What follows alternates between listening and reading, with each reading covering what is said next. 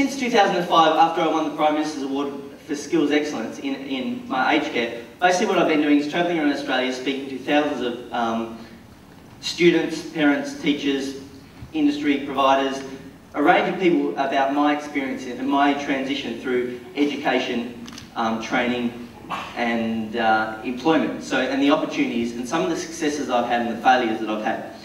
Basically, I was classed as an at-risk young person. I was, long story short in a nutshell, because I've only got 10 minutes, Year 6, I had my own desk outside the principal's office. And I had Mick Smith written on the chair. And I was right inside the office, so every time a visitor walked in, there I was. There you go, I'm the naughty kid. I had, in Year 6, every time I did something wrong, a letter got sent home to my mum. Whenever I did something right, do you think my mum ever heard about it? No. So in Year 6, I put this chair that was outside the principal's office, I put it through his window and said, write a letter home to mum about that because I'm fed up with it.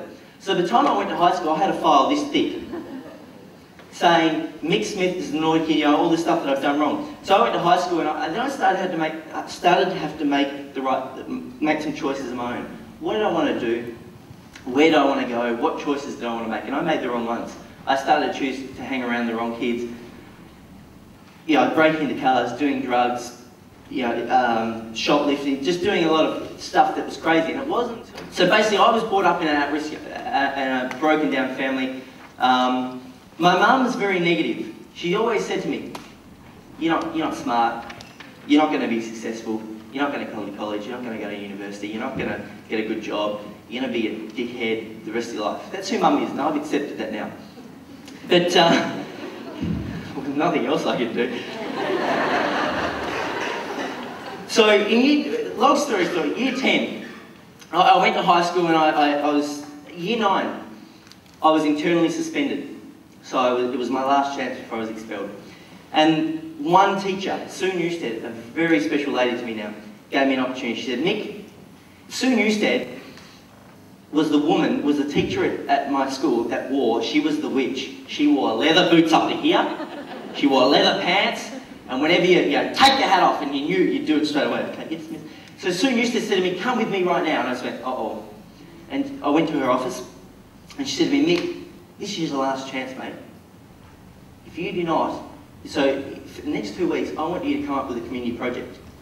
She said, I know you have leadership potential because you're leading a group of your mates every night, breaking into cars. So I know you have leadership potential. She said, but you're just not putting it into the right the right areas. She said, this is your chance. Sue Newstead gave me one opportunity, which no other teacher did. Every time I walked into a classroom, teachers would say to me, Mick, sit down the front. I'd go, I didn't do anything. It doesn't matter, sit down the front now. I'm like, well, no respect for teachers because they didn't respect me. Sue Newstead gave me an opportunity that no other teacher had. So from that opportunity, I started to get involved in my school community, on the SRC and wider community in the local Youth Advisory Council. And this is where I started to take leadership in my community in Tasmania. End of Year 10, I started to believe in myself, but I thought, Mum was right. I'm not smart. Why go to college? I'm not going to do any good. I've got a part-time job. I'm earning $8 an hour, washing dishes, money to go out with and have fun on the weekends. So why bother going to college?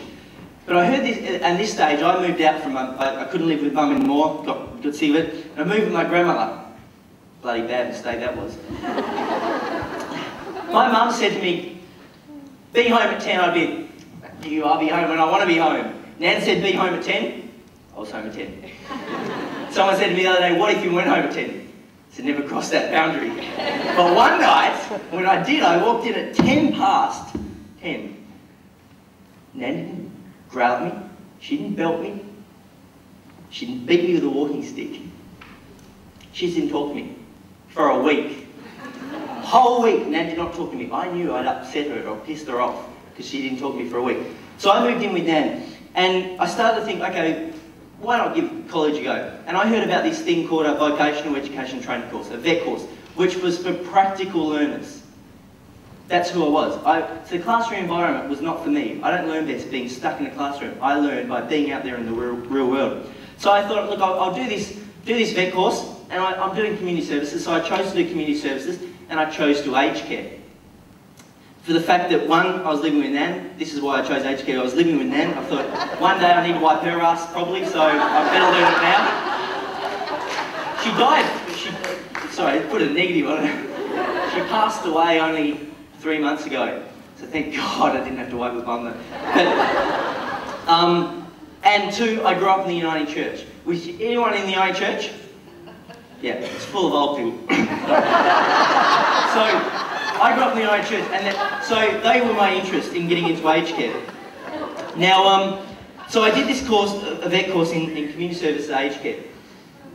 And it really worked for me. I also did my pre-tertiary subjects, but what really worked is the real world environment. So I was doing my training, I was doing an open learning, I did all the theory, and then it came to the time where I had to go on my work placement, my structured workplace learning. And I went to a nursing home, and my first work placement was at Adard's nursing home, which is a nursing home for Alzheimer's residents. And second day, so first day was going through policies and procedures and all that kind of stuff. Second day was working with old people, my first real, experience. And I was buddied up with a big, stocky carer bloke that had been doing it for 20 years, and he said to me, Mick, why don't you take this old guy's teeth out? Yeah, not bad, okay. Sweet. Excuse me, sir, I'm just going to take your teeth out, is that all right? No response. Not silence. So I dive in there. For starters, his bottom teeth are his own, so they weren't going anywhere. But this guy doesn't tell me this. So I believe, thanks mate. So I'm getting these top teeth out, and next minute this old guy bites me. And he's not letting go. I'm like, Barry, I'm in a bit of pain here. Barry said, lesson 1, Mick, you go from the side to take old people's teeth out. Now, no matter how many assignments I'd done, books I'd read, or essays I'd written, you don't learn that kind of stuff sitting in a classroom environment. You learn that stuff on the job as a practical learner. Just like how to appropriately deal with horny old ladies. You do not learn that from reading a book or writing an essay. You learn that on the job. Trust me, I learned the hard way. If anybody wants to hear the story, come and see me afterwards. The kids love it. Need a fish? Oh, okay. So I went through my training, and it really worked for me. Basically, I come out of my course with excellence. This is a big thing for me, because I was labelled the dumb kid, the retard, the idiot, because the classroom environment didn't work for me. I'm just going to rush through this now. Basically, I finished, the excellence. I was then awarded, and I'll tell you the award, I'm only going to say it once because it's hard to say. I was nominated for the 2005 Vocational Student of the Year through the Office of Post-Compulsory Education, Department of Education, and Tasmanian Schools and Learning Authority. Right, so I was up for that award. Long story short, I had to impress 3 judges. 2 ladies, lovely, sorry. 1 lady in the middle, total cow. Didn't like me. And they said to me, Mick, or this woman said to me, how would you like us to remember you? And I said, being a bit of a cheeky bugger, I said, well ladies, you remember me in 30 to 50 years when you're in a nursing home and I'm the one wiping your bum. I said, because if you do not give me the award, I'll remember you. So I think, long story short, I won the Prime Minister's Award. I won the Prime Minister's Award. Since then, I did my training at Vaucluse Garden Residential Care, and they basically, my Director of Care invested in me, and she put me through the training as a Cert 3 and my enrolled nursing. Since then, I'm working currently as a youth and mental health worker on the Central Coast, and out of a job in 2 weeks, so if anyone's going to do it. But I've got to finish up. So, can I just finish with the quote, though, that I always generally finish with? And I tell students this all the time. Life is based on the choices that you make. So you can choose your friends, you can choose your goals, you can choose your opportunities, and you can choose your own outcomes. But choose carefully, because one wrong choice may change everything you've chosen before. And that was written in 2005 by a 16-year-old Canadian. I just ripped it off the internet, but it's good. Thanks very much.